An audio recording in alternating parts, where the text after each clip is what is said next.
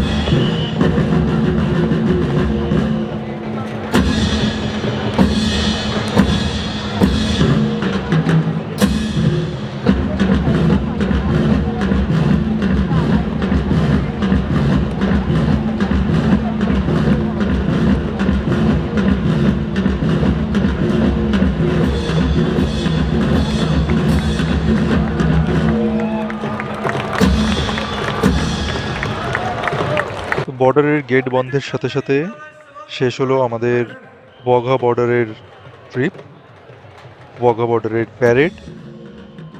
এবার আমরা এখান থেকে চলে যাব আবার আমাদের হোটেলে, সেখান থেকে আমরা স্বর্ণ মন্দিরে যাব।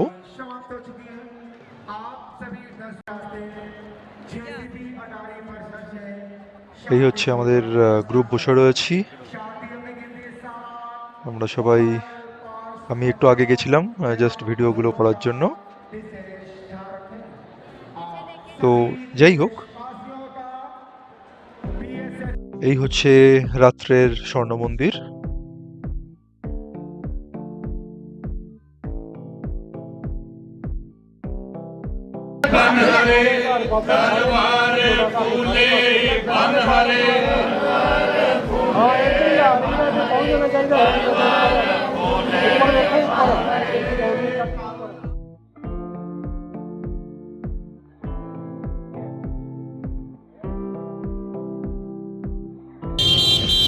চলে এসেছি পার্টিশন মিউজিয়াম এই পিছনে।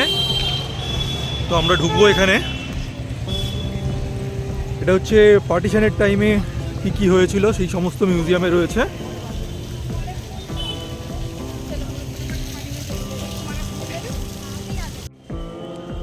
আমরা ভেতরে ঢুকছি পার্টিশন মিউজিয়ামে। এখনো পর্যন্ত যারা আমার চ্যানেল সাবস্ক্রাইব করেননি তারা প্লিজ আমার চ্যানেল সাবস্ক্রাইব করে দেবেন নতুন নতুন আরও ভিডিও পেতে। তো বহু পুরনো বিল্ডিং, সেই বিল্ডিংয়ে এই মিউজিয়ামটা করা রয়েছে। এই পার্টিশন মিউজিয়ামটা একদম জালিয়ানওয়ালাবাগের পাশেই রয়েছে। বহু যারা স্বাধীনতা সংগ্রামী তাদের ছবি এখানে দেওয়া।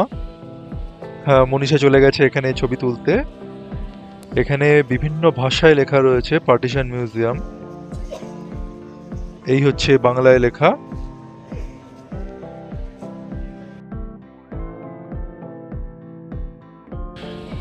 ভেতরের ভিডিও করা যাবে না যেহেতু এখানে লেখাই রয়েছে ফটোগ্রাফি প্রহিবিটেড, সেই জন্য দেখানো গেল না।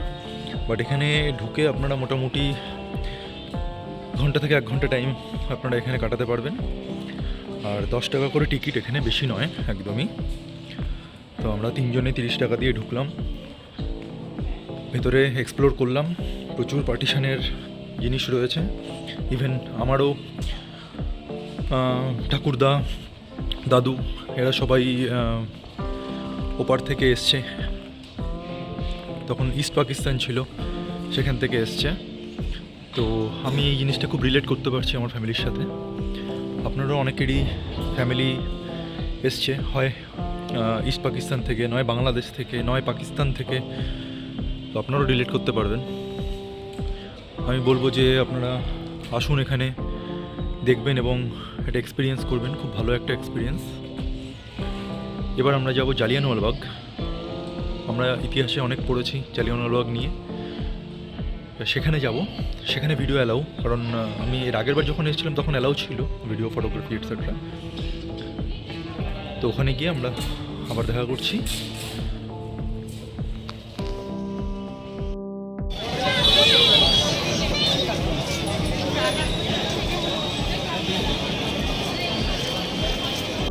এই যে রাস্তাটা দেখছেন, এটা হচ্ছে হেরিটেজ ওয়াক। এই পুরো রাস্তাটা আপনার একদম সোজা এপাশ থেকে আপনার পার্টিশন মিউজিয়াম থেকে সোজা স্বর্ণ মন্দির পর্যন্ত যাচ্ছে। এর মাঝখানে পুরো রাস্তা ধরে মার্কেট, বিভিন্ন ধরনের জামা কাপড়ের দোকান বা আদার্স অনেক কিছুর দোকান রয়েছে, পাঞ্জাবি স্টাইলের জুতোর দোকান, এভরিথিং। তারপরে আমরা যাব জালিয়ানওয়ালাবাগ।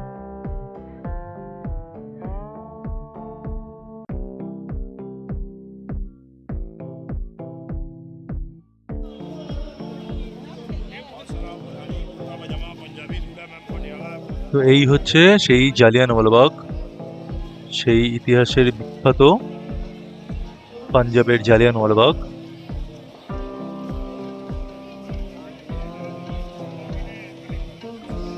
আমরা এবার এর মধ্যে ঢুকবো।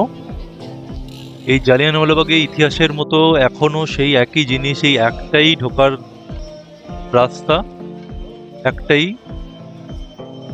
পরে আরেকটা রাস্তা বার করা হয়েছে বেরোনোর জন্য, কিন্তু আগে এই রাস্তাটাই ছিল এন্ট্রি এবং এক্সিট। আমরা সেই ইতিহাসের জালিয়ানওয়ালাবাগের মধ্যে ঢুকছি। এইভাবে এর গেটের দুপাশে সুন্দর মূর্তি বানানো রয়েছে।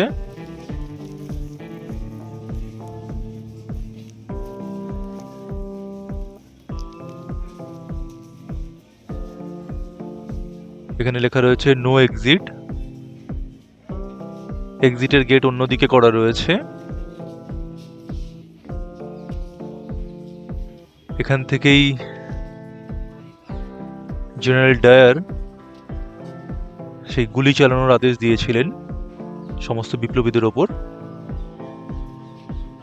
জালিয়ানওয়ালাবাগের পুরো ম্যাপ এখানে টোপোগ্রাফি করা রয়েছে, এন্ট্রি এবং এক্সিটটা এদিকে করা রয়েছে, দেখতেই পাচ্ছেন এই ম্যাপে।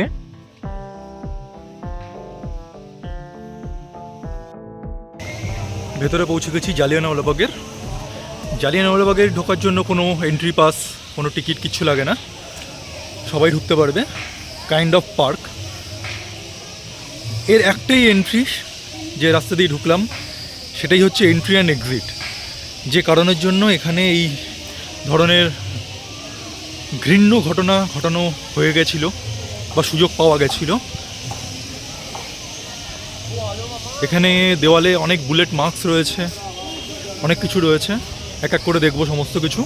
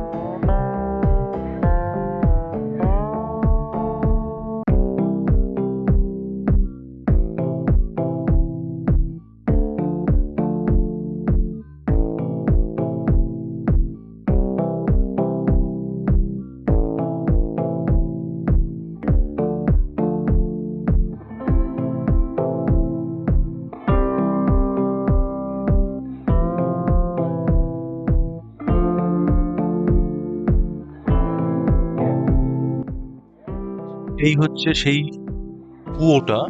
ইতিহাসে আমরা সবাই পড়েছি যে ব্রিটিশরা যখন গুলি চালিয়েছিল তখন সেই গুলির থেকে বাঁচতে বা কোনোভাবে বাঁচার জন্য অনেক মানুষ এই কুয়োয় ঝাঁপ দিয়েছিল। সেই কুয়ো হচ্ছে এইটা। এই কুয়োয় ঝাঁপ দিয়ে মারা গেছিল অনেক মানুষ।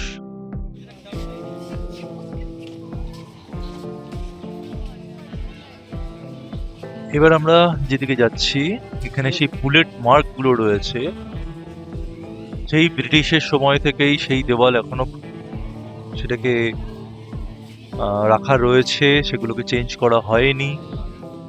সেখানে বুলেট মার্ক গুলো এখনো দেখা যাচ্ছে। শুধু ভাবুন এই বুলেট গুলো দেওয়ালে এত বড় ক্ষত তৈরি করে, সেই বুলেট যখন মানুষের শরীরে আঘাত করে তখন কি হয়।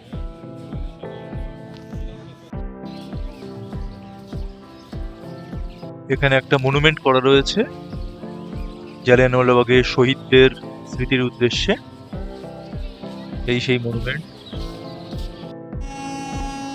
নিয়ে গিয়েছে অমৃতসর মেল, আর এর সাথেই আমাদের অমৃতসর জার্নি শেষ হলো। সকলে ভালো থাকবেন, দেখা হবে আবার পরের ভিডিওতে। ততদিন টাটা।